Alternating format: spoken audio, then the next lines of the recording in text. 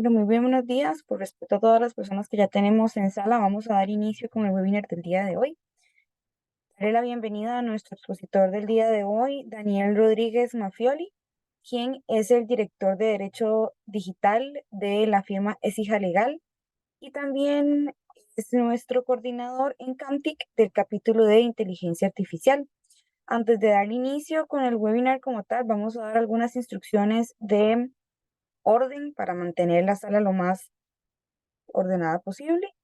Por favor, siempre mantener la cámara y el micrófono apagados. En caso de necesitar hacer un comentario o tener una consulta, lo pueden hacer por medio del chat de esta sesión o bien levantando la mano. Se tendrá un espacio para resolver dudas y consultas, entonces pueden esperarse a ese espacio y serán atendidos.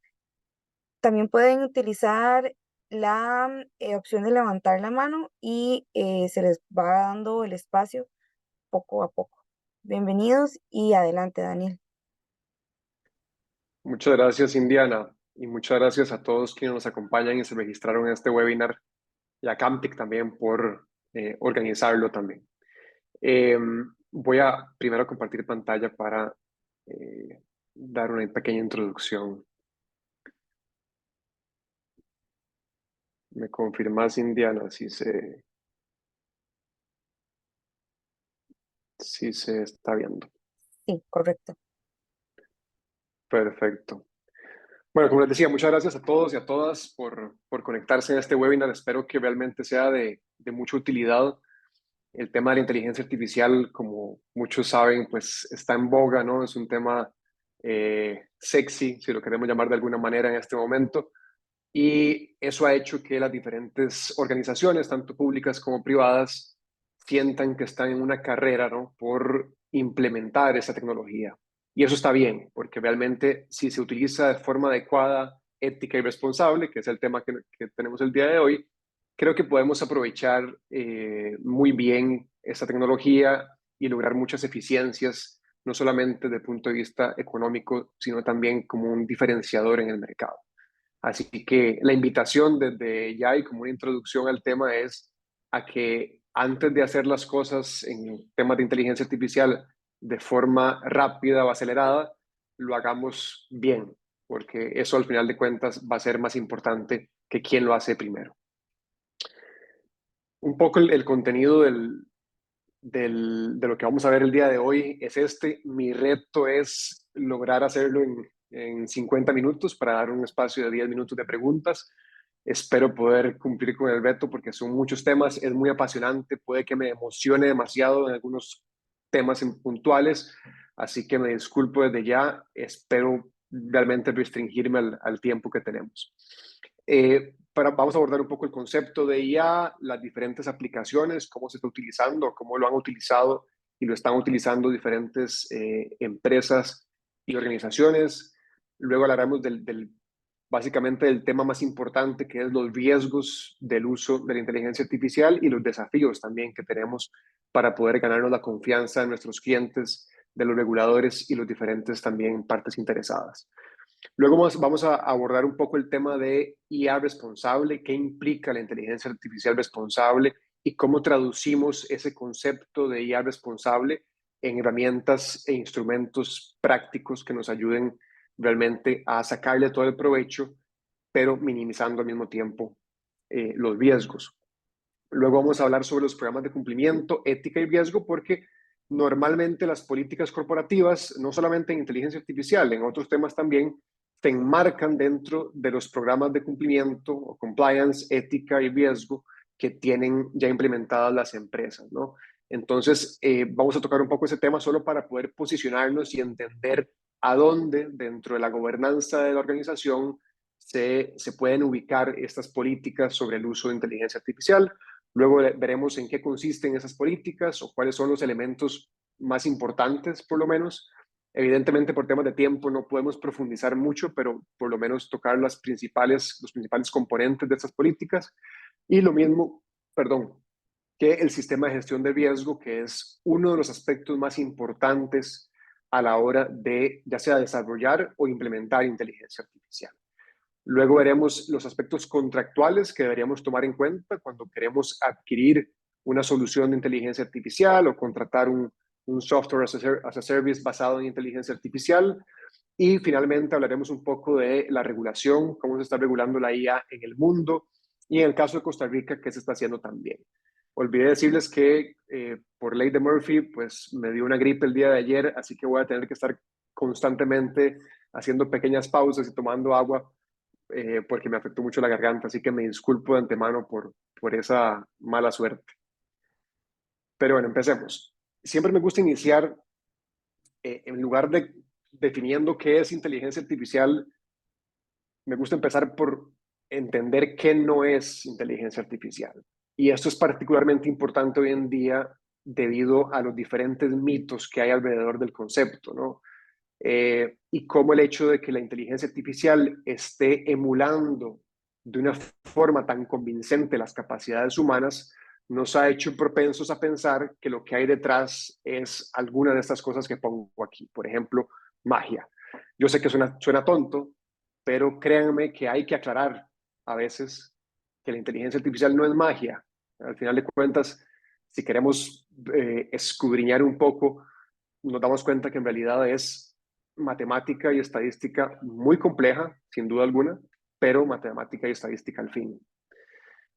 Dos, no es un oráculo al cual deberíamos consultarle cuál es el futuro, ¿verdad? Y por más que podemos utilizar la IA para hacer predicciones, en el sentido estricto del término, no predicen el futuro, ¿ok?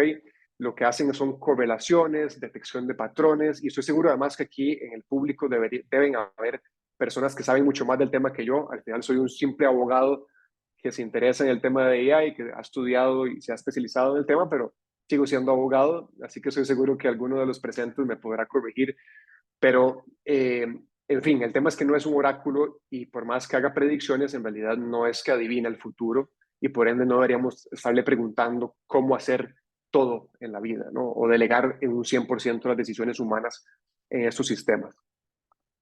Tres, no entiende el mundo ni el significado de lo que genera, y eso es parte del hecho de que no es un componente orgánico, no tienen cuerpo, ¿verdad? No existen físicamente de la misma manera que existimos los seres humanos, y por ende su entendimiento o la representación que hacen del mundo es muy diferente a la nuestra, y en el caso de hoy en día de la IA generativa, por más de que nos convenza o que parezca muy convincente el texto o imágenes que generan este tipo de sistemas de IA, en realidad los sistemas no entienden el significado de las palabras que nos están diciendo.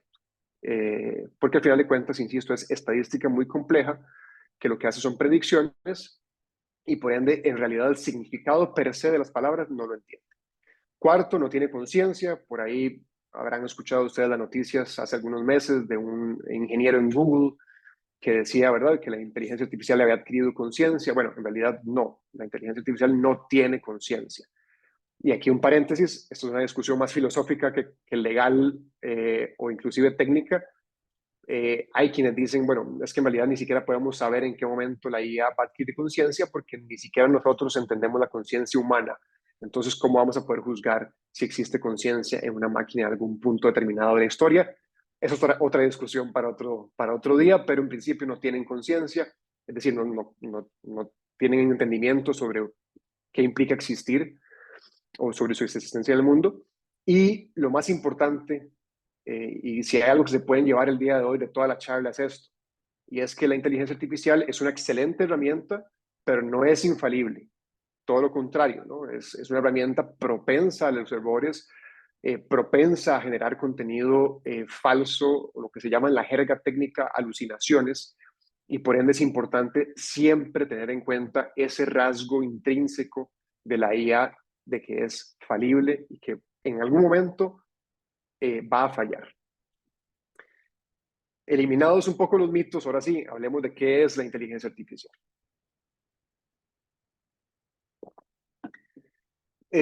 John McCarthy, que se puede decir que es quien acuñó el concepto, digamos, de inteligencia artificial como tal, en los años 50, decía que es la ciencia y la ingeniería, como lo ven acá, de la creación de máquinas inteligentes. Es decir, lo que intentamos con la inteligencia artificial, en un resumen muy sucinto, es intentar darle a las máquinas las mismas habilidades que nosotros hemos asociado a la palabra inteligencia. Hablamos de la capacidad de razonamiento, la capacidad de procesamiento de información, de encontrar patrones, de hacer deducciones, de hacer inferencias, la capacidad de resolver problemas, el lenguaje humano, que es uno de los rasgos quizás más característicos de nuestra especie. Ya las máquinas lo están aprendiendo a dominar, como lo podemos ver con las aplicaciones de IA generativa, los modelos grandes de lenguaje. Entonces, ese es el propósito, ¿no? Poder darle a las máquinas esas mismas capacidades que tenemos nosotros los seres humanos. Y es una pregunta que se han hecho ya diferentes eh, científicos desde hace mucho tiempo, inclusive desde antes de Alan Turing, se planteaban esa pregunta por ahí Ada Lovelace, entre otros científicos. Más recientemente, la OCDE adoptó en su recomendación sobre ética de la IA un concepto que se está convirtiendo, sin quererlo, en el concepto consenso. No hay básicamente debía haber empezado por el hecho de que no hay una definición unívoca o una sola definición de inteligencia artificial, pero la definición de la OCDE ya está comenzando a ser más utilizada por diferentes entidades, organismos internacionales e incluso la Unión Europea ha incorporado esta definición dentro de su propuesta de reglamento o ley para todos los efectos nuestros en Latinoamérica, su ley de inteligencia artificial. Así que aquí se las pongo, sistema basado en una máquina que para un conjunto de objetivos definidos por el ser humano puede hacer predicciones, recomendaciones, tomar decisiones, yo añadiría generar contenido, que influyan en entornos virtuales o reales y lo más importante es que funcionan con distintos grados de autonomía, ¿no? Y también, si algo que se pueden llevar el día de hoy es que la IA no es solamente una tecnología, sino que son fenómenos sociotécnicos porque tienen un impacto en la sociedad, ¿no? Desde el momento en que desarrollamos un sistema de inteligencia artificial, ya hay un componente social porque las personas que lo están desarrollando ya están de alguna u otra manera decidiendo, como lo dice la definición de la OCDE, cuáles son los objetivos que va a perseguir ese sistema una vez que se despliegue en la sociedad. Entonces, esto para decirles, la IA no vive de forma aislada, sino que vive en un entorno, ¿verdad? Tiene un impacto en la sociedad y ese impacto en la sociedad es importante tenerlo siempre en cuenta. Eso es básicamente la caja de herramientas de la inteligencia artificial, ¿no? Las diferentes técnicas y arquitecturas que se utilizan para poder desarrollar sistemas que conocemos como IA, incluso el concepto de IA en algún sector, ¿verdad? De la ciencia, de la computación, es muy criticado porque alimenta de alguna u otra forma esta noción, ¿verdad? De Hollywood, de una máquina que Terminator, ¿verdad? Que nos va a asesinar y que va a exterminar a la humanidad, etc. Entonces, muchos científicos prefieren hablar de machine learning, ¿no? Aprendizaje de máquinas, aprendizaje automático, que es al final de cuentas, digamos, la metodología que se utiliza para poder enseñarle a las máquinas.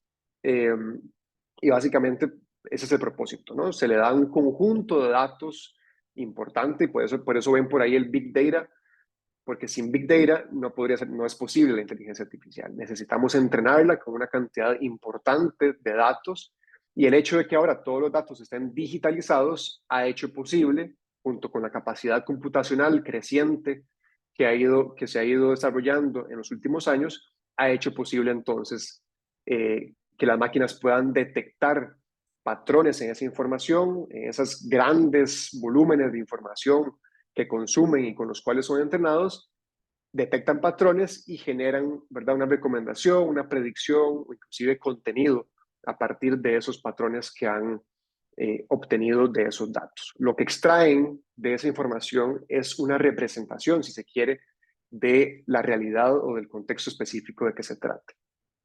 Y ahí existen diferentes técnicas, aprendizaje supervisado, no supervisado, reinforcement learning, que ha sido muy importante ahora con el tema de IA generativa. Luego tenemos el deep learning, que básicamente es una metodología ya mucho más profunda o se utilizan algoritmos mucho más complejos, eh, no, que lo que intentan es simular de alguna forma el funcionamiento de nuestras neuronas, cómo nuestras neuronas procesan información y de esa manera se generan también inteligencia artificial, ¿no? Y dentro de esta metodología de Deep Learning está también lo que conocemos como inteligencia artificial generativa, o más bien los modelos que le dan vida a la IA generativa, que son los Large Language Models, o pueden escuchar por ahí también el término modelos fundacionales, que son básicamente modelos preentrenados con una cantidad importante de datos. Por ejemplo, GPT, ¿verdad? De OpenAI fue entrenado con básicamente toda la información que existe en Internet mediante scraping y otras técnicas. Y después, a partir de esa información, pueden ser lo que se llama también en la jerga fine tuning, pueden ser ajustados a un uso específico, como podría ser un chatbot. Y esa es la diferencia entre GPT-4, por ejemplo, y ChatGPT. ChatGPT es la aplicación, GPT es el modelo de lenguaje. Luego tenemos la ciencia de datos por ahí, que siempre está, digamos, no entrelazada con todos estos temas, porque la ciencia de datos, al final de cuentas, también es la que nos permite extraer información que está oculta en esos datos para tomar decisiones empresariales, por ejemplo, más informadas. Y ahí entra todo el tema de business y data analytics, etc. Pasamos ahora al ciclo de vida de la IA. ¿Por qué es importante el ciclo de vida de la IA? El ciclo de vida de la IA es importantísimo porque en cada una de las etapas del ciclo de vida de la IA pueden generarse o surgen muchas preguntas y muchos riesgos también que es importante que los documentemos. Y por eso es trascendental, y lo van a ver a lo largo de la presentación, van a entender por qué es importantísimo tener presente cuál es ese ciclo de vida de la inteligencia artificial en términos de gestionar los riesgos que pueden darse con el uso, perdón, de IA. Lo primero es el contexto, ¿no? Tengo que planificar para qué quiero desarrollar inteligencia artificial, cuál es el objetivo que estoy persiguiendo, cuál es además el contexto en el cual voy a aplicarlo. ¿Es una solución para el sector salud? ¿Es una solución para seguridad pública, por ejemplo, reconocimiento facial? ¿O es una solución más bien interna para mejorar la gestión empresarial o para marketing o para arte? En fin, hay que entender cuál es el contexto para también entender quiénes son las personas que van a ser impactadas eventualmente una vez que ese sistema de inteligencia artificial se coloque en el mercado o se despliegue ya en la sociedad. Una vez que planifico, ¿no? Y también puedo determinar desde ese momento qué tipo de datos puedo necesitar, qué tipo de modelo se ajusta mejor a ese fin que estoy persiguiendo, cuáles son también los riesgos, eso puedo comenzar a hacerlo desde la planificación. Luego, una vez que definimos eso, pasamos a los datos o a la parte ya de la recolección de la información. Una vez que definí, por ejemplo, que quiero utilizar inteligencia artificial para diagnosticar cáncer de pulmón, entonces voy a necesitar información masiva sobre, por ejemplo, imágenes médicas de cáncer de pulmón o imágenes de pulmones que hayan mostrado un riesgo alto de enfisema o presencia de enfisema pulmonar, y tengo que saber, y ahí empieza uno de los riesgos más importantes, que es el de privacidad, protección de datos y gobernanza de datos en general. También hay temas de propiedad intelectual en esa etapa que debemos entender y debemos tomar en cuenta, porque tengo que saber de dónde estoy cogiendo esos datos, qué tipo de protecciones o derechos pueden haber sobre esos datos, para que después, una vez que lo implemente el sistema o comience a comercializarlo también en el mercado, no me vengan riesgos que pueden ser también, inclusive, que pueden dar al traste con la solución y incluso con el negocio. Recolecto esos datos, los proceso, los limpio, los estructuro y ahora sí los introduzco en el modelo de inteligencia artificial. Entreno a ese modelo con, ¿verdad? Con esa información, con esos datos, por diferentes técnicas, puede ser supervisado, no supervisado, etcétera. Calibro, verifico y valido. Es decir, necesito saber bajo diferentes métricas y estándares que hay a nivel internacional que nos ayudan a determinar cuál es el grado de precisión que hemos logrado con ese sistema, etcétera. Testeamos y decimos, ok, está funcionando o por lo menos superó el threshold, ¿verdad? Digamos, el porcentaje mínimo que queríamos de precisión y por ende, ahora sí, podemos comenzar a comercializar esta solución en el mercado o implementarla, si es que es una solución propietaria nuestra, implementarla nosotros mismos en nuestra empresa. Y esa es la parte o la fase de despliegue e implementación. Como veremos más adelante, en cada una de estas etapas debe haber una adecuada gestión de riesgos. Esto es un ejemplo, como les decía antes, entreno al sistema con una cantidad importante de datos, los introduzco en el modelo y el modelo me genera lo que se llama un output o resultado. Por ejemplo, entonces agarro, una vez que está el modelo ya entrenado o el software ya está entrenado, ahora sí, cojo una nueva imagen de una nueva radiografía de pulmón, la introduzco en el sistema y el modelo me dice, ok, con base en los miles o millones de imágenes de cáncer de pulmones que he visto, en este caso, este pulmón o esta radiografía tiene un 90% probabilidad de que haya enfisema pulmonar en esa imagen. Otro tema fundamental para hacer un uso responsable de la inteligencia artificial y en el proceso además de compra de soluciones o distribución de soluciones de IA, tanto como proveedor de la solución como comprador de la solución, es importante entender cuáles son los diferentes actores que participan de este mercado, ¿no? Me disculpo nuevamente, pero probablemente se me oye en la voz que la gripe. Bueno, les decía, en la cadena de suministro de la IA participan diferentes actores y eso también es fundamental entenderlo. ¿Por qué es fundamental entender la cadena de suministro de la IA? Por una razón muy sencilla. Hay riesgos, lo digo de otra manera, hay actores dentro de esta cadena de valor que están mejor posicionados que otros para entender los riesgos, ¿verdad?, que ellos han introducido en el sistema. Y por eso, al momento de negociar, ¿verdad?, aspectos contractuales, es fundamental saber quién está mejor posicionado para asumir un determinado riesgo y así entonces negociar entre las partes las condiciones de ese contrato y qué sucede en caso de que se genere algún tipo de daño.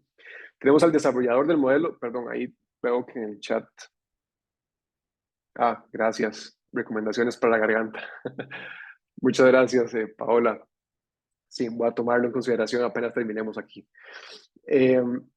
Desarrollador del modelo, ¿verdad? Que en este caso el ejemplo más claro es OpenAI, que desarrolló el modelo GPT 3.5, que es el que sí está comercializando con otras empresas para que puedan accederlo. Ese es el que ha entrenado al modelo, es el que ha recolectado los datos, ¿verdad?, la información con la cual va a ser entrenada el modelo, ha sido quien ha testeado también el modelo y una vez que lo ha desarrollado, ahora sí, está el desarrollador de la aplicación, ¿verdad?, o de la solución como tal, ya el empaquetado del modelo junto con otros componentes de software, que ese va a ser el proveedor ya de la solución o de la aplicación. En este caso, y es importante que lo tomemos en cuenta, el desarrollador del modelo puede ser al mismo tiempo el desarrollador de la aplicación o de la solución. Es decir, el desarrollador puede ser también el proveedor. Ejemplo, OpenAI es desarrollador de su modelo GPT 3.5 o GPT-4 también, y es el desarrollador de la aplicación o el proveedor de la aplicación llamada ChatGPT, ¿no? Ahí coinciden ambos, pero no siempre es así. En algunos casos, inclusive OpenAI lo que hace es comercializar su modelo para que a través de una API, Application Programming Interface, un desarrollador cualquiera pueda desarrollar una solución propia a partir de ese modelo. Y eso es lo que se hace con los modelos fundacionales como los modelos grandes de lenguaje que les decía ahora, o inteligencia artificial generativa. En este caso puse de ejemplo a Jasper AI, que es una solución, la pueden buscar en internet para marketing y otro tipo de generación de contenido. Y lo que hace Jasper AI básicamente es que le paga a OpenAI el acceso a través del API a su modelo para ellos hacer un ajuste de ese modelo para un uso específico que para ellos es marketing y generación de contenido más que todo escrito. Una vez que tenemos ya al desarrollador de la aplicación, puede haber o no un distribuidor que se encargue de colocar esa solución en algún mercado en específico, representar a ese desarrollador o a ese proveedor y lo vende esto es muy parecido a cualquier cadena de suministro de software, ¿verdad? Esto no tiene nada particular, bueno, tal vez algunos aspectos en la inteligencia artificial. Lo distribuye y quien compra esa solución normalmente es una empresa, en este caso le puse Gallo Pinto S.A., para quienes nos acompañan de afuera y no son costarricenses, Gallo Pinto es una comida muy tradicional en Costa Rica y es lo que desayunamos todos los días acá, que es arroz y frijoles mezclados. Gallo Pinto S.A. compra esa solución de Jasper AI y van a haber usuarios internos de Gallo Pinto S.A. Por ejemplo, el departamento de marketing de Gallo Pinto S.A. va a ser quien va a utilizar normalmente, ¿verdad? Esa herramienta para poder generar contenido de marketing para su empresa. Pero puede ser el caso también de que el proveedor simplemente venda directamente al consumidor final la aplicación. Ejemplo más claro, ChatGPT. Yo, Daniel Rodríguez, consumidor final, estoy, ¿verdad?, comprando la solución de OpenAI directamente, ¿no? Ahí hay una relación ya directa entre proveedor y usuario o consumidor final. Mientras que en el otro caso hay un usuario o cliente corporativo y usuarios internos o consumidores finales también.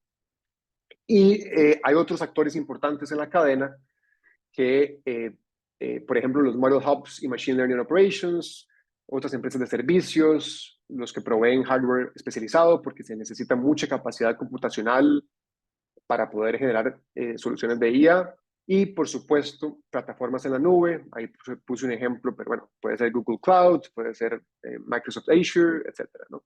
Que son otros actores dentro de esa cadena. Inclusive ustedes pueden acudir, por ejemplo, a Hugging Face, que lo menciono por ahí, y ver que hay cientos de modelos de IA generativa para diferentes tipos de aplicaciones y usos. Y ustedes pueden hacer uso gratuito de esa información o de esos modelos siempre que se sujeten, ¿verdad?, a la licencia de open source que tiene Hugging Face. También pueden acceder a datasets ya curados, si se quiere, también para diferentes aplicaciones, ya sea marketing, etcétera. Tengamos cuidado, eso sí, cuando utilicemos IA en Latinoamérica, porque las particularidades del lenguaje, de la población, etcétera, pueden incidir mucho y puede hacer que estas soluciones que son desarrolladas en otros países, en otros idiomas, no sean las mejores para el contexto latinoamericano.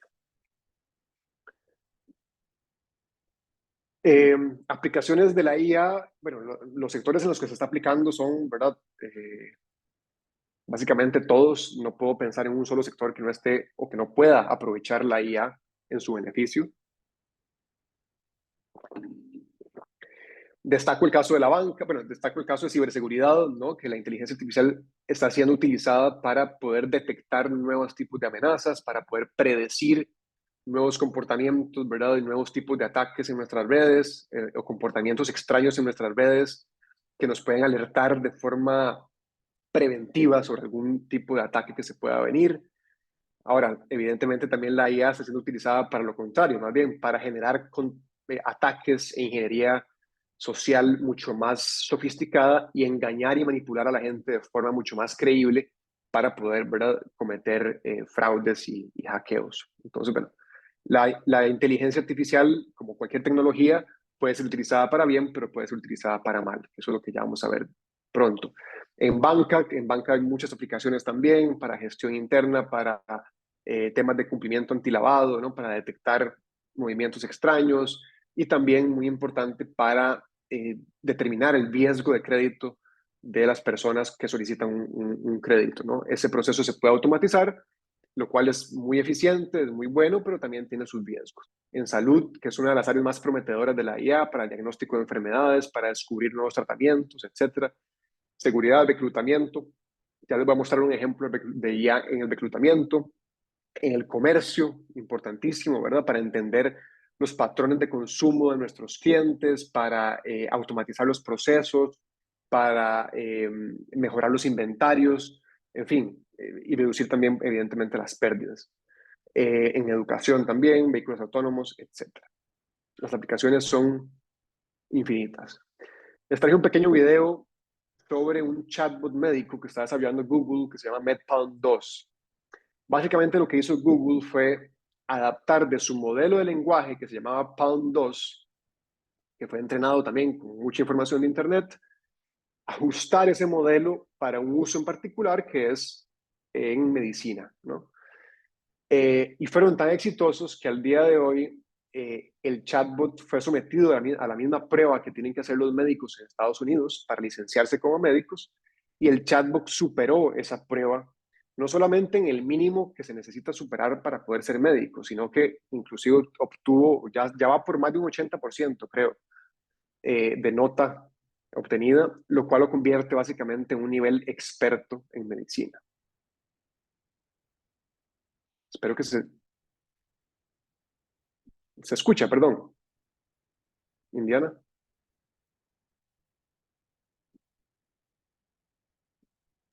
Sí, se escucha. El audio no, tenés que darle, cuando le das compartir, tenés que darle compartir audio. Ah, ok.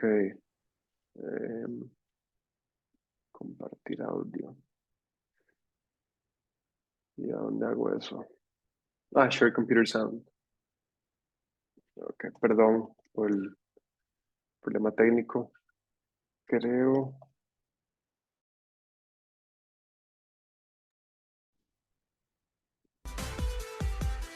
Ahora sí. Ahora sí. Hi, I'm Alan, and I lead a research team.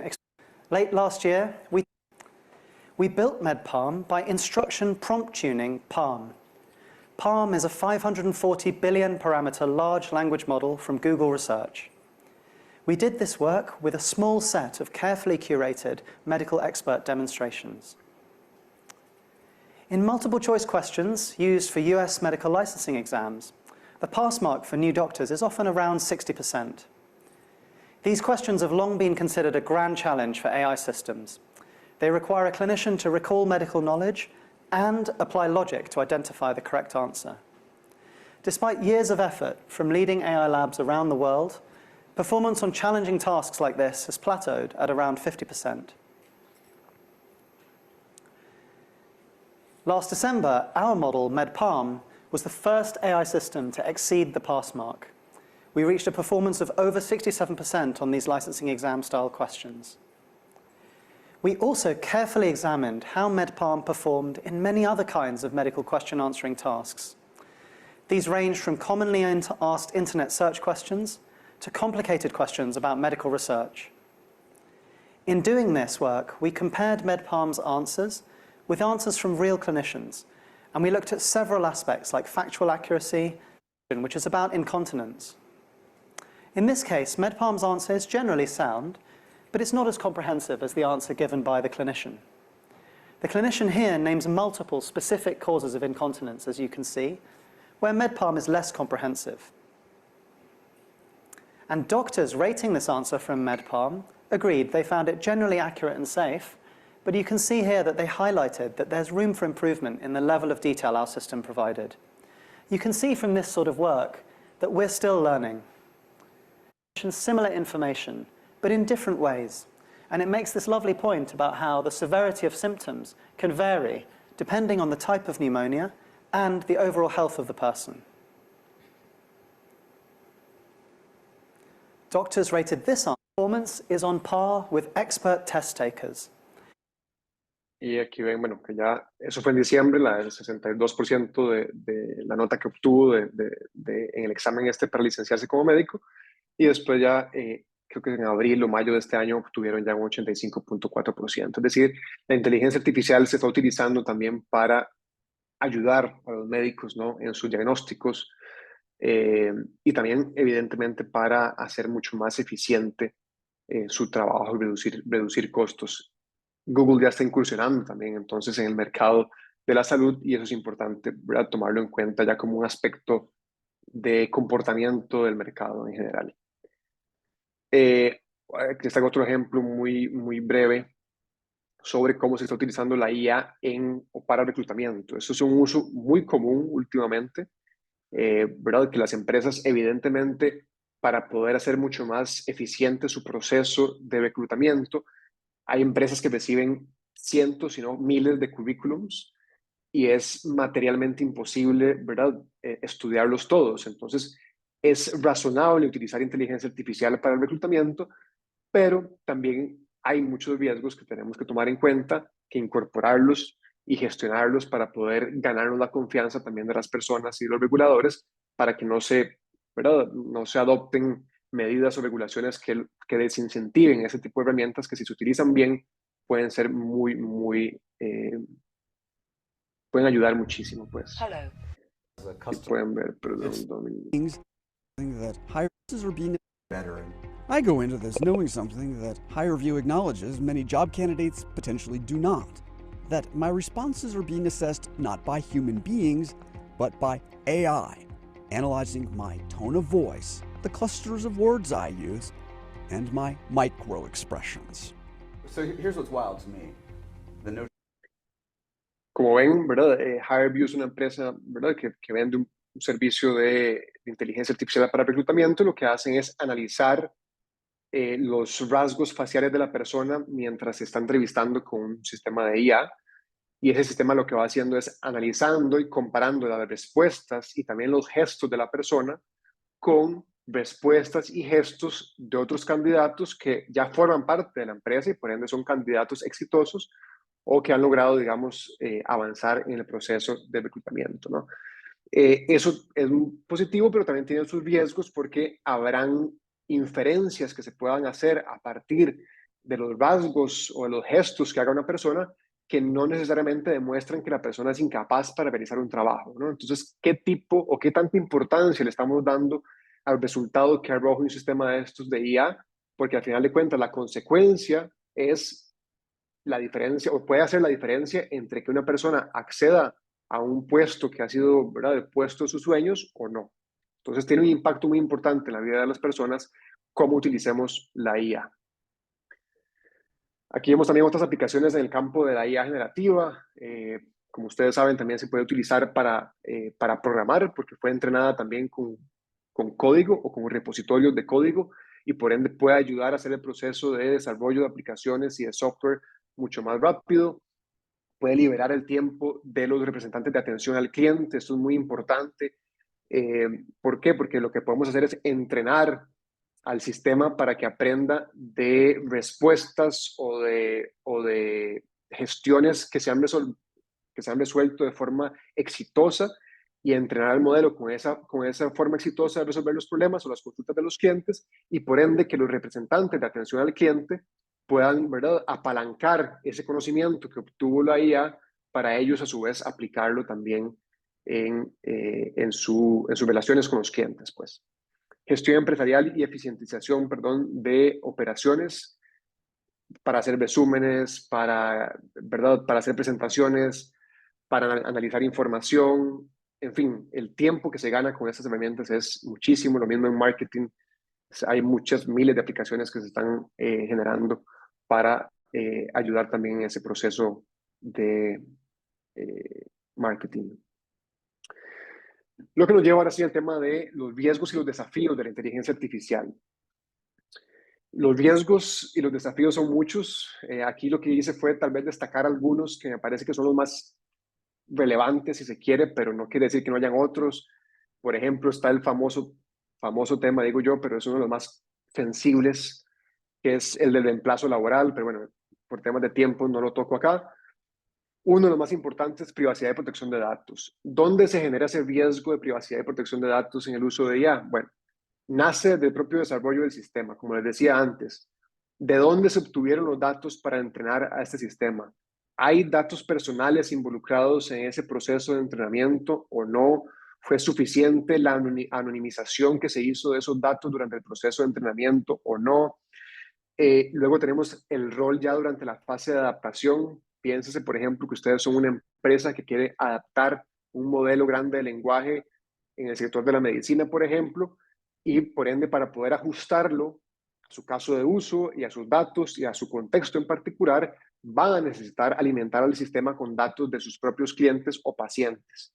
Eso puede generar también un riesgo de privacidad y protección de datos que es importante tomar en cuenta. ¿Dónde se van a almacenar los datos? Cada vez que yo introduzco información en los sistemas de IA o en el software de IA, esa información, si contiene datos personales, necesito garantías de que va a ser protegida con mecanismos de seguridad sólidos, con una política de ciberseguridad que tenga mi proveedor, o inclusive yo, si es que es una herramienta propia. En fin, tengo que tener en pie diferentes medidas para poder protegerme de ese riesgo, ¿no? El tema del sesgo y la discriminación es otro tema muy, muy sensible, porque tan sesgado va a ser el sistema como sesgados somos los seres humanos. Entonces, si los datos con los cuales entrenamos el sistema no son suficientemente representativos, y esto probablemente ya lo han escuchado ustedes, pero es que es cierto, si no son suficientemente representativos de la población impactada o que va a ser impactada por ese sistema, podemos causar un sesgo importante y por ende también lesionar derechos fundamentales.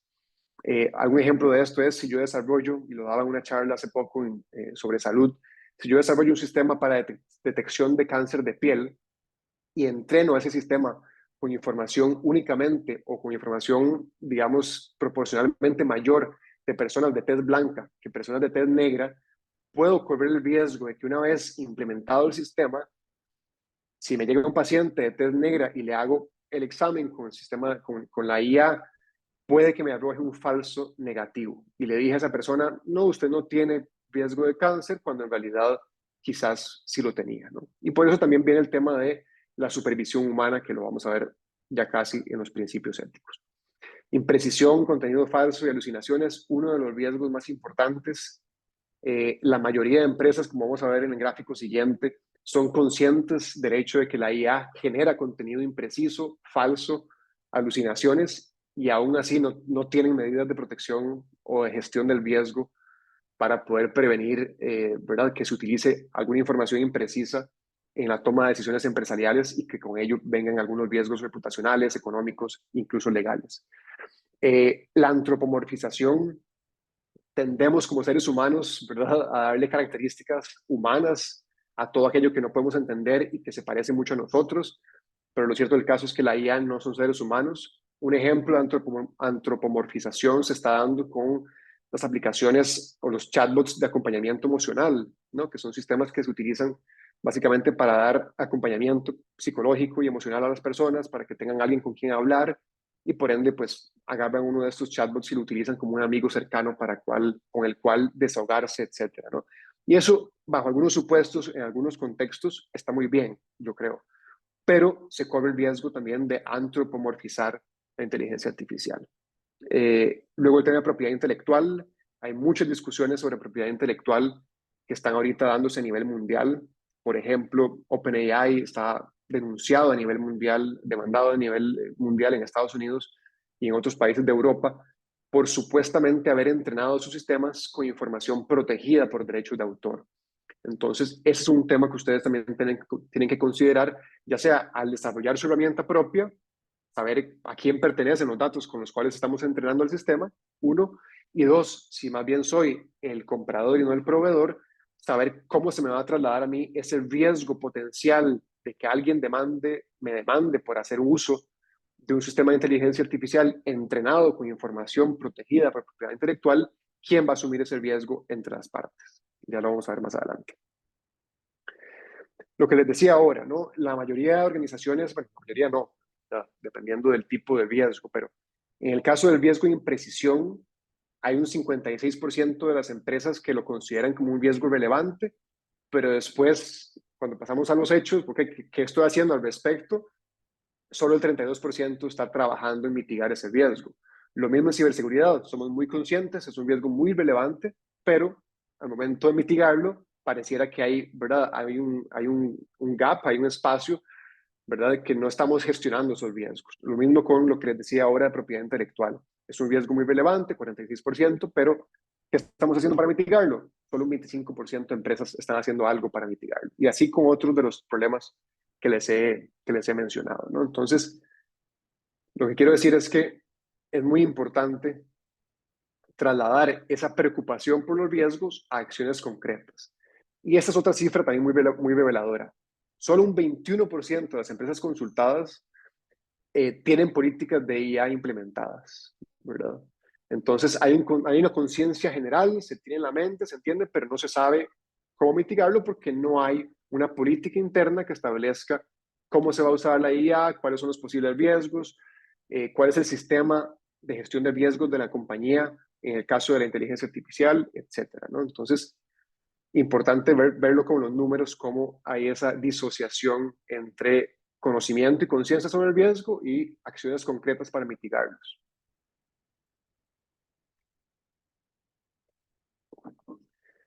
¿Qué se está haciendo entonces a nivel mundial para mitigar esos riesgos y estas preocupaciones? Porque son preocupaciones que ya se vienen desde hace algunos años. Inclusive desde tal vez 2016 se empezaron a desarrollar ya más investigación sobre el tema del impacto ético y social de la inteligencia artificial. Antes del 2016-2015 era muy difícil encontrar algo y ahora la cantidad de investigación que hay sobre el tema es, ¿verdad?, de miles al año.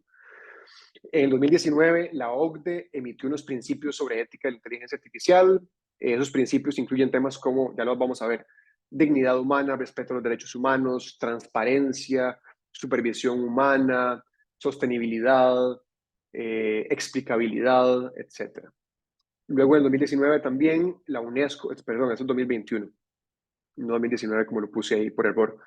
La UNESCO también emitió sus recomendaciones sobre la ética de la inteligencia artificial para ayudar a los países, ¿verdad?, a incorporar esas preocupaciones en sus políticas internas sobre inteligencia artificial. Y de hecho, la UNESCO está haciendo una labor muy importante en ese tema en nuestra región actualmente. Creo que voy muy lento, así que voy a tener que meterle un poco el acelerador. Hay otras iniciativas que pueden consultar sobre principios y recomendaciones sobre ética de la inteligencia artificial. Hablamos de principios, como les decía, como el respeto a la dignidad humana, la privacidad, protección de datos, la responsabilidad y rendición de cuentas, o accountability, como se le denomina en inglés, que es básicamente si yo desarrollo un sistema, tengo que ser responsable, ¿no?, de los efectos que tenga ese sistema en la sociedad. La supervisión humana y la seguridad, que eso pasa por el hecho de no ceder en un 100% decisiones tan trascendentales para la vida de las personas en una máquina que es propensa también al error. Los humanos también somos propensos al error, eso es cierto, pero por lo menos podemos tener más conciencia sobre el impacto que puede tener una decisión en la vida de las personas, ¿no? Transparencia y explicabilidad, como les decía, estos modelos son de black box o cajas negras que muchas veces, si el algoritmo utilizado es muy complejo, o de deep learning, por ejemplo, inclusive para los propios desarrolladores va a ser muy difícil explicar cómo el sistema llegó a una determinada decisión, a una determinada recomendación, o cómo o por qué se generó un determinado contenido, en el caso pensando en inteligencia artificial generativa, y por ende es importante entender las limitaciones que tienen los sistemas para poder utilizarlos de forma responsable y no discriminación y respeto a derechos humanos. Esa es una lista de compromisos éticos que yo recomiendo a los ingenieros y científicos de datos en inteligencia artificial que tomen en cuenta, ¿no? Es una especie de decálogo, si se quiere, mandamientos que es importante tomar en cuenta, ¿no? Diseñar los procesos siempre con supervisión humana, documentar absolutamente todo durante el proceso, porque si yo documento como proveedor o desarrollador de la herramienta, si yo documento todo y le puedo trasladar toda esa documentación a mis clientes, yo también me estoy liberando de un riesgo, ¿verdad? Porque estoy siendo responsable y le estoy informando a mis clientes cuáles son los usos permitidos, los riesgos, etcétera, ¿no? Entonces, documentar es absolutamente esencial y ya vamos a ver más adelante por qué también. Desarrollar herramientas para mejorar la transparencia y explicabilidad. Hay una limitación, como les decía, que es de origen. Hay una limitación intrínseca a esos sistemas y es que son normalmente poco transparentes. Entonces, ¿qué medidas voy a tomar para poder mejorar esa transparencia o por lo menos la interpretabilidad del sistema? Métricas, incorporar privacidad desde el diseño. Eso implica también ser conscientes de los riesgos de privacidad desde el propio diseño del sistema, es decir, desde el paso 1 del ciclo de vida, etcétera, ¿no? Y entramos ahora sí al concepto de inteligencia artificial responsable, que es básicamente lo que nos va a ayudar a poder gestionar todos esos riesgos que hablábamos antes. ¿Qué es IA responsable? Bueno, es un conjunto de políticas, principios, procesos, mejores prácticas dirigidas a maximizar, por un lado, los beneficios que ofrece la inteligencia artificial y, por el otro, minimizar al mismo tiempo los riesgos que puede ocasionar en nuestra organización y también frente al público en general. ¿De qué se compone ese concepto de inteligencia artificial responsable? Se compone por lo menos de estos elementos.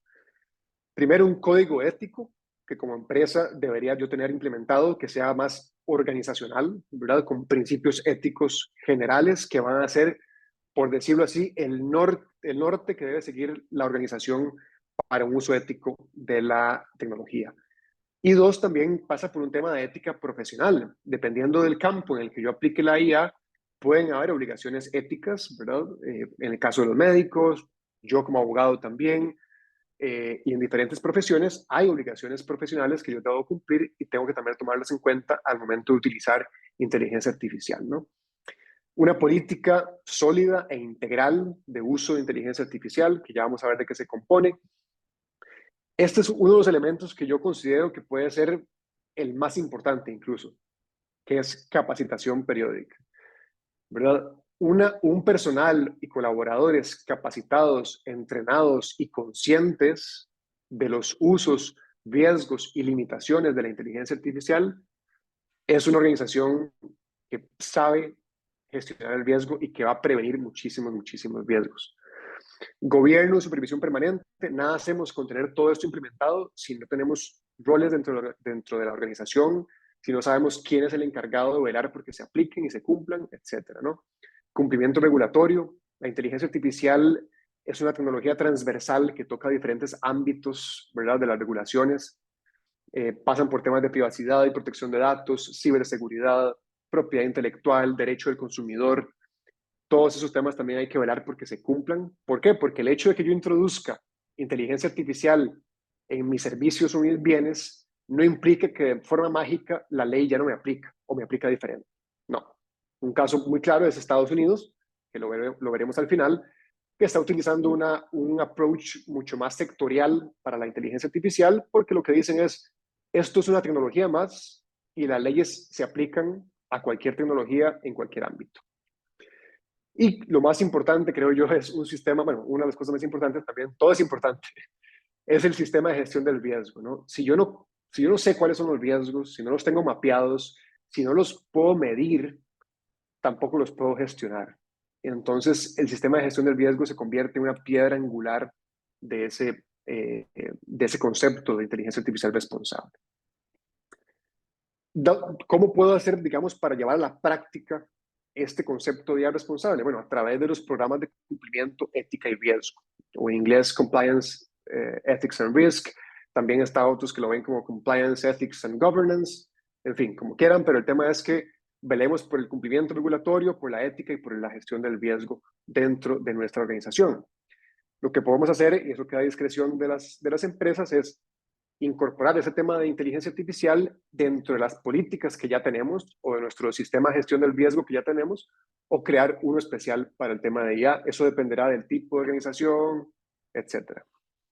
Estos programas, bueno, básicamente son los que reúnen las políticas, los procedimientos y controles de la empresa, previenen y detectan infracciones a las leyes, promueven una cultura de ética, que es trascendental, garantizan que los colaboradores estén al tanto de las regulaciones, ¿verdad? Que todas las unidades de nuestra organización entiendan cuáles son los riesgos legales, pero también los riesgos éticos, y abordar los riesgos específicos con acciones concretas para reducirlos o eliminarlos. Eso es básicamente lo mismo, eso es cómo se crea este programa. Ahora sí, ¿en qué consiste una política o qué debería, como mínimo, tener una política general de uso de inteligencia artificial? Lo primero, evidentemente, es delimitar los usos permitidos y los usos prohibidos. Hay usos que como organización tenemos que decirle a nuestros colaboradores, no vamos a usar IA para esto, porque el riesgo es muy alto, porque no se alinea con nuestros valores como organización, lo que sea. Para esos usos sí se va a poder hacer. Ahora, ¿cómo vamos a identificar las herramientas que se pueden utilizar, ¿verdad?, de inteligencia artificial? ¿Cuál va a ser el procedimiento para identificar esas herramientas para la compra de soluciones SaaS, por ejemplo, y para la aprobación de esas herramientas? ¿Cómo vamos a evaluar el impacto? Es muy importante que antes de decidir si utilicemos IA para esto u otro, poder evaluar cuál va a ser el impacto previo a adoptar esa herramienta, ¿no? Tenemos que también definir responsables de supervisar el uso de la IA y monitorear, evaluar y auditar periódicamente los sistemas. Recordemos en este tema de la IA, son sistemas dinámicos. Esa es la principal diferencia que tiene la inteligencia artificial con el software tradicional. Son sistemas que pueden cambiar, bueno, que cambian conforme se les va alimentando de más y más datos, ¿no? Al punto de que hoy en día, por ejemplo, han habido por ahí críticas de que ChatGPT es menos preciso y certero que hace algunos meses, por ejemplo. Podemos arriesgarnos a que eso suceda sin darnos cuenta si yo aplico este sistema de inteligencia artificial en la banca o en la salud o en otros sectores críticos. No creo. Entonces, importante entender, ¿verdad?, ese riesgo y ese monitoreo constante que debe haber sobre la precisión que está teniendo el sistema y no dar por sentado de que ya implementé el sistema y listo. Eso es uno de los peores errores que podemos cometer. Y la política sirve precisamente para que tengamos reglas claras que guíen el gobierno de la inteligencia artificial en la organización. También están las políticas de uso que pueden ser más limitadas, que son políticas, ¿verdad?, dirigidas a los colaboradores especialmente, ¿verdad? ¿Por qué? Porque hemos visto casos y ya tenemos clientes de colaboradores que introducen información muy sensible, muy confidencial, secretos comerciales en estos sistemas sin saber, ¿verdad?, si realmente esta información podría terminar en manos de otro competidor, porque recordemos que estamos alimentando el sistema del proveedor, pero el proveedor le está ofreciendo la herramienta a otros clientes también, otros clientes que pueden ser nuestros competidores, ¿no? Entonces, importante tener claro qué tipo de información metemos ahí, si estamos metiendo datos personales también, establecer procedimientos de notificación, ¿verdad?, de cualquier fallo o infracción, identificar qué herramientas pueden usar nuestros colaboradores y cuáles no, ¿verdad? Les decía también que forma parte de la política general. Exigir formación interna sobre los riesgos y los beneficios. Es obligación de la organización capacitar al personal, ¿verdad?, sobre las políticas de uso de IA en el trabajo. Estas son obligaciones ya que provienen del derecho laboral. Y también imponer pautas, ¿no?, en materia de confidencialidad para prevenir, como les decía, filtraciones de información sensible para la empresa. Sistema de gestión de riesgos, voy un poquito más rápido. Estas son las premisas para construir un sistema de gestión de riesgos de IA. Uno, asumir que en algún momento alguna persona, algún colaborador o inclusive alguna alta jerarquía va a confiar de más en la inteligencia artificial. Eso va a suceder. No es un tema de si va a suceder o no va a suceder. Eso va a suceder. ¿Cómo vamos a reaccionar cuando eso suceda? Para eso está el sistema de gestión de riesgos. Y la gestión debe nacer, como les decía antes, desde el desarrollo y mantenerse a lo largo del ciclo de vida y de la cadena de suministro de la inteligencia artificial. Hay diferentes estándares internacionales para poder gestionar el riesgo de IA. El que más me gusta a mí es el del NIST, el NIST AI Risk Management Framework. Creo que es un marco de gobierno del riesgo muy, muy completo, con medidas muy específicas, muy claras. Además es, si se quiere, agnóstico sectorialmente, porque aplica para cualquier sector, en cualquier industria, y lo podemos adaptar a nuestra industria, a nuestro sector. Y consiste básicamente en 4 funciones. La función de gobernar el riesgo, ¿verdad?, que es para poder generar esa cultura de gestión del riesgo. Y para eso lo que tengo que hacer es adoptar políticas claras y procesos. Mapear el riesgo, básicamente pasa por identificarlo. Aquí les pongo una diapositiva mucho más clara del marco de gestión de la NIST. Mapear ese riesgo, tengo que entender el contexto, tengo que entender a dónde y qué tipo de riesgos se pueden dar. Para eso se puede utilizar apoyo de especialistas, pero también apoyo inclusive de nuestros propios potenciales clientes o potenciales usuarios del sistema, que pueden ser inclusive los propios colaboradores, que van a ser quienes utilicen constantemente el sistema. Entender cuáles son las capacidades, usos previstos, objetivos, costos y beneficios del sistema, y caracterizar también el impacto en los individuos y en la sociedad.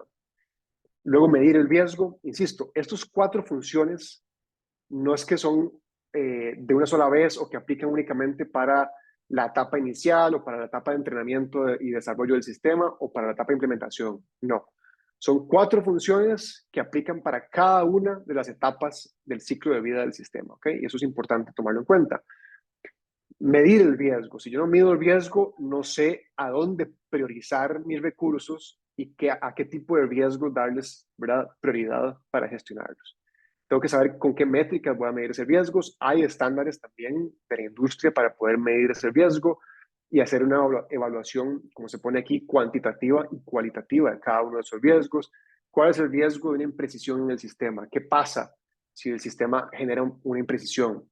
Si yo soy una empresa que lo estoy utilizando IA para marketing y se genera algún tipo de contenido falso, ¿verdad? Quizás el impacto va a ser mucho menor que un contenido impreciso en el sector de la salud o en la banca, por ejemplo, ¿no? Mecanismos para rastrear además ese riesgo a lo largo del tiempo, porque el grado de riesgo puede variar con el tiempo, insisto, porque son sistemas cambiantes que mutan constantemente. Entonces tengo que tener mecanismos para ir rastreando esos cambios. Y luego ya la etapa o la función de gestionar o mitigar esos riesgos, que funciona como cualquier otro sistema de gestión de riesgo, ¿no? Yo decido por cada uno de los riesgos, lo asumo o no lo asumo, lo traslado a un tercero, lo rechazo del todo, qué voy a hacer con ese riesgo y qué tipo de medidas concretas voy a adoptar para gestionarlo. Aquí les pongo un ejemplo. Si yo quiero gestionar el riesgo de seguridad, por ejemplo, de un sistema de inteligencia artificial generativa, un chatbot, por ejemplo, que yo utilizo un chatbot y no quiero que después, ¿verdad? El chatbot, pienso yo, por ejemplo, en la banca. Estoy chateando con un chatbot que me está ayudando con un tema, ¿verdad?, que tengo en mi cuenta bancaria, con mis productos bancarios, y el sistema me dice de un pronto a otro, no sé, introduzca aquí el PIN de su tarjeta. ¿Cómo voy a gestionar el riesgo de que eso pase? Porque el riesgo es muy alto, ¿verdad? Es un riesgo que existe y es alto. Entonces debería ser prioridad en la empresa. Una vez que determino, ok, es un riesgo alto, voy a priorizarlo y voy a tener medidas para gestionarlo. ¿Cuál puede ser una medida para responder a ese riesgo? Lo que se denomina red teaming. Red teaming es básicamente una especie de ataque adversarial que lo que intenta es manipular al sistema de inteligencia artificial a que genere un contenido dañino o un contenido, ¿verdad?, que me pueda producir un problema. Y así puedo detectar yo, ¿verdad?, siendo el bueno de la ecuación y antes que los hackers, cuáles son algunas de las vulnerabilidades, perdón, que hay en mi sistema. Aquí tienen tienen un ejemplo de cómo funciona el red teaming. En su momento, ¿verdad?, una empresa hizo un red teaming sobre ChatGPT, le preguntó si las mujeres deberían votar, a lo que el sistema respondió que no, que las mujeres eran muy emocionales y racionales. Bueno, eso es una respuesta que evidentemente hay que eliminar a través, ¿cómo? Bueno, a través del red teaming y también de entrenamiento para poder alinear al sistema a los valores que queremos como sociedad. ¿Cómo implemento ese tipo de soluciones? Es muy costoso. Bueno, hay herramientas costosas, pero también hay herramientas de open source, por ejemplo, para hacer red teaming. Eso es un ejemplo nada más. Meta tiene un bot adversarial dialogue dataset, que lo que permite es básicamente todo un dataset para poder hacer ese tipo de ataques y probar a los sistemas para ver cómo responden ante una solicitud de información dañina, ¿verdad? Si yo le pregunto al sistema cómo puedo crear una bomba, bueno, hay filtros que debería tener ese sistema para decir yo no puedo contestar a eso, ¿no? Y estos son herramientas open source gratuitas que pueden ayudarle a su empresa a hacerlo de una forma costo eficiente. Yo sé que todo esto es mucho y ya me voy a callar porque me pasé del tiempo. Ya voy a terminar. Bueno, no, me falta mucho, pero no, mentira, falta poco, perdón. ¿Por dónde empezar? Bueno, lo primero es algunas preguntas que se pueden hacer. Nosotros lo que hacemos en Écija es le ofrecemos a los clientes un árbol de decisión que es muy útil, se construye a partir, ¿verdad?, de entender también cómo funciona la empresa, cuáles son sus objetivos, etcétera. Pero ese árbol de decisión le permite a la empresa ir paso a paso entendiendo, ¿verdad?, cuáles son las cosas que le deberían preocupar al momento de introducir inteligencia artificial en su organización. ¿Cuál es el objetivo? ¿En qué contexto? ¿Tengo las personas, la organización y recursos necesarios para implementarlos o debo crearlos? Un aspecto importantísimo, muchas empresas dicen, sí, quiero implementar IA. Y uno va y le pregunta, bueno, ¿cómo están sus datos? ¿Son datos curados? ¿Son datos ya procesados? ¿Usted aplica analítica y ciencia de datos en su empresa? Y la respuesta es no, ¿de qué me está hablando? ¿Verdad? Tienen todos los datos desagregados, en fin. Importantísimo una adecuada gobernanza de datos. Sin gobernanza de datos no hay inteligencia artificial, básicamente. Otra pregunta, ¿se realizó un análisis costo-beneficio y evaluación del riesgo antes de implementar la inteligencia artificial? Se realizaron pruebas piloto, obviamente, antes de, ¿verdad?, ya comercializarlo públicamente. ¿Cuáles van a ser los usuarios del sistema? ¿Qué tipo de IA se va a utilizar? Y, muy importante, ¿cuál es mi apetito de riesgo como organización? Eso les permite a ustedes clasificar el sistema entre alto, medio o riesgo bajo, dependiendo del contexto, de los datos utilizados, del modelo y de la tarea o resultado que quieren generar. Y pasamos ya al tema, para ir terminando, de los aspectos contractuales en la compra de soluciones de IA. La primera pregunta, lógicamente, es, ¿qué quiero hacer? ¿Tengo yo la capacidad de desarrollar una herramienta propietaria, es decir, una herramienta interna con mi propio equipo, con mis propios datos? Si lo tengo y tengo el personal especializado y tengo una adecuada gobernanza de datos, bueno, pues puede ser una solución, ¿no? Hacerlo, si tengo los recursos además, porque cuesta mucho dinero. O puedo utilizar una herramienta open source o puedo hacer una combinación de diferentes soluciones, ¿no?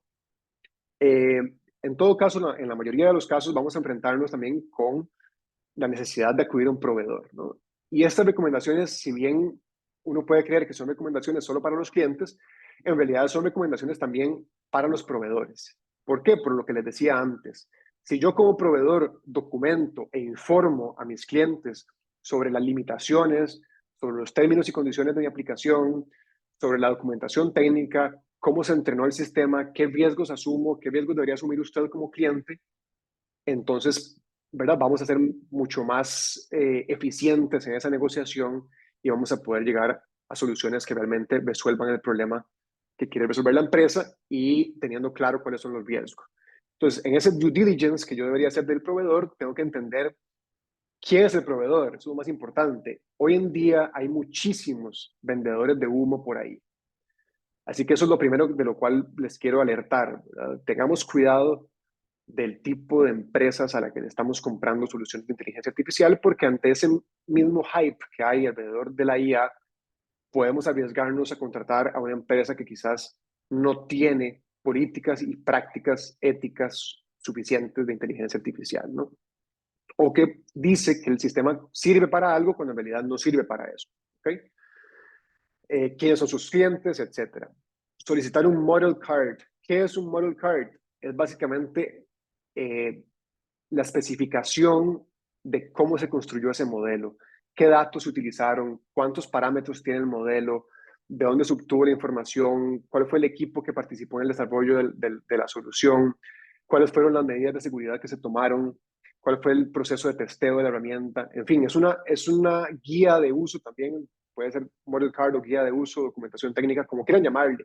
El punto es documentar toda la información del proceso de construcción y desarrollo de esa herramienta, porque eso le va a permitir también al comprador evaluar el riesgo, ¿no? Guía de uso, cómo se debería usar y para qué no se debería usar.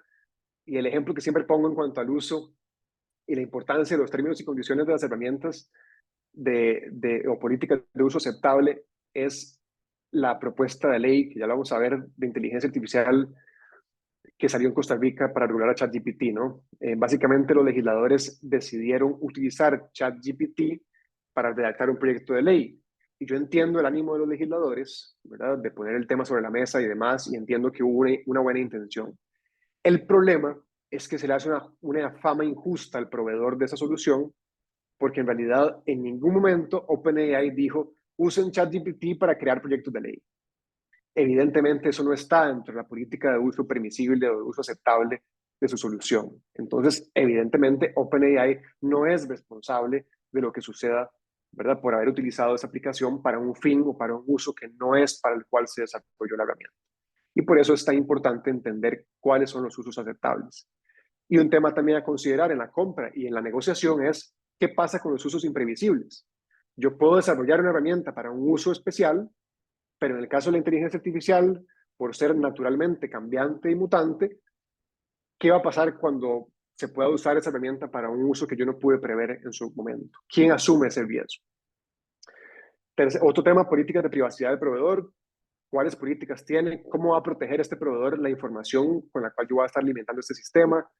Medidas de seguridad y certificaciones que tenga sobre ciberseguridad este proveedor. ¿Y qué garantías de explicabilidad o interpretabilidad me va a dar este proveedor? Habrán sectores y usos de la IA que no requieren, ¿verdad?, dar tanta explicación. Habrán otros sectores, como en la banca, como en salud, que sí requieren, ¿verdad?, de darle a los clientes o a los pacientes una explicación de cómo se llevó a cabo una decisión basada en inteligencia artificial, obviamente. Consideraciones al momento de comprar o suscribirnos, y ya voy a terminar, perdón. Propiedad sobre los datos de entrenamiento, eso es fundamental. ¿Por qué? Porque el proveedor de la herramienta puede necesitar esos datos para mejorar la precisión de su sistema. Es decir, conforme sus clientes van alimentando la aplicación o el software, evidentemente eso va haciendo que la solución pueda ir incrementando su precisión y su entendimiento, ¿no?, del entorno y su entendimiento del propósito para el cual fue entrenada. Entonces, es información muy valiosa, pero puede ser que el cliente no quiera compartir esa información, ¿no? No quiera que esa información sea gestionada, administrada o recopilada por el proveedor, y por ende hay que negociar esos temas. La propiedad sobre los prompts también, la confidencialidad de los prompts, lo que les decía antes, muchos colaboradores introduciendo información sensible de la empresa. ¿Qué sucede con esa información en caso de que, ¿verdad?, a pesar de haber advertido a los colaboradores que no lo hagan, aún así lo hicieron? ¿Cómo va a tratar el proveedor esa información? La propiedad sobre los resultados es todo el tema de propiedad intelectual que les hablaba antes. Puede ser que en los datos de entrenamiento del sistema haya información protegida por derechos de autor de terceros. Entonces yo no podría alegar un derecho de autor sobre un resultado determinado de un sistema de IA generativa si ya de por sí viene con información protegida por propiedad intelectual o por derechos de autor. Eso es un tema que se está discutiendo a nivel mundial, no hay una solución, y como se debería hacer es negociando entre las partes. Y lo más importante es alocación del riesgo y distribución de responsabilidades. ¿Quién va a ser responsable de qué? ¿Ok? Y ahí hay diferentes mecanismos que se pueden elaborar para poder hacer una distribución justa, digamos, de esa responsabilidad, ¿no?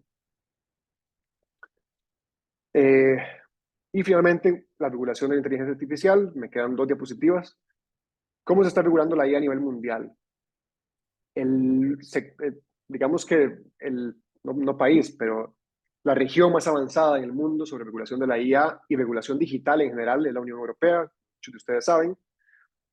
Ya está la ley de inteligencia artificial de la Unión Europea, está en su proceso final ya de negociación, y es muy posible, ¿verdad?, que se apruebe este mismo año. Va a entrar a regir dentro de tal vez unos 3 años, pero igual ya se manda un mensaje, ¿no?, al mercado de hacia dónde va la regulación europea. Y es importante darle seguimiento. ¿Por qué? Porque la regulación europea suele ser una regulación que es replicada en otros países normalmente, ¿no? Pasó con el GDPR, ¿verdad?, el Reglamento de Protección de Datos, y es muy posible que pase con la Ley Europea de Inteligencia Artificial. Es una regulación basada en riesgos, es decir, los requisitos van a ser proporcionales al riesgo de esa aplicación de inteligencia artificial. Hay usos que son prohibidos, hay usos que son de alto riesgo, hay usos que son de menor riesgo, y por ende las empresas van a tener que cumplir con determinados requisitos según el grado de riesgo. Estados Unidos, su approach es más sectorial. Lo que ellos dicen es, tenemos un regulador del consumidor, la FTC, que puede aplicar las normas, ¿verdad?, y los principios que ya existen sobre protección al consumidor, ¿verdad?, o temas de protección de datos también, y por ende considera que el regulador sectorial puede hacer un mejor trabajo. Luego está el Reino Unido, que aboga por una regulación más pro innovación, entonces va a ser sin duda una regulación mucho menos intensa que la europea. Un ejemplo clarísimo de que eso está pasando es que OpenAI abrió su primera y única sede fuera de Estados Unidos, la abrió en el Reino Unido, precisamente por eso, ¿no? Y luego tenemos la versión criolla, que es básicamente regular con ChatGPT, que eso pues no se hace. Por ahí hay diferentes iniciativas que se van a presentar, hasta donde entiendo, proyectos de ley que se van a presentar para regular la inteligencia artificial, y es posible que se comiencen ya a introducir este tipo de obligaciones. Entonces, ¿cuál es mi mensaje? Todo esto que les he dicho es una buena forma de empezar a adaptarse a lo que viene dentro de unos años en temas de regulación de inteligencia artificial. Es mejor comenzar desde ya a tener que hacerlo, ¿verdad?, una vez que entre en vigor esa regulación y que nos expongamos también a sanciones muy, muy altas. Y cierro con que la competencia en la IA será por ética, confianza y seguridad. Las empresas que van a prosperar en el tema de la IA van a ser las empresas que implementen la IA de forma responsable, ética y segura para generar confianza en sus clientes y también en los reguladores. Y muchas gracias. Ahí están mis contactos. Termino con un par de anuncios parroquiales y después doy espacio a las preguntas. Muy pronto vamos a anunciar un programa de inteligencia artificial responsable en ESIJA. Es un curso de 6 semanas que está muy, muy interesante. Tenemos algunos partners por ahí también importantes y va a ser una excelente manera de llevar a la práctica todos estos conceptos que les he mencionado. También empezamos este mes con nuestro Digital Tracker, que es una revista digital sobre derecho digital para que estén informados sobre nuevas regulaciones. Ahí van a ver cuál es el paquete de leyes digitales que ya están en etapa avanzada en la Asamblea Legislativa. Pueden ver un artículo que escribimos sobre regulación de inteligencia artificial y también diferentes temas, ¿no? Como por ejemplo el tema de políticas para el uso de IA generativa en el trabajo. Cuáles son los aspectos que tenemos que tomar en cuenta para crear esas políticas en nuestra organización. Y por último, el evento de lanzamiento de nuestro capítulo de inteligencia artificial y ciencia de datos de Camtic, que se va a dar el 13 de septiembre a las 5 de la tarde y que pueden escribirle a Indiana si tuvieran alguna duda o consulta y quieran participar de nuestro capítulo. Las puertas están abiertas si quieren ser miembros. No hay que ser miembro de Camtic para ser miembro del capítulo, así que ahí se los dejo y atento a sus preguntas.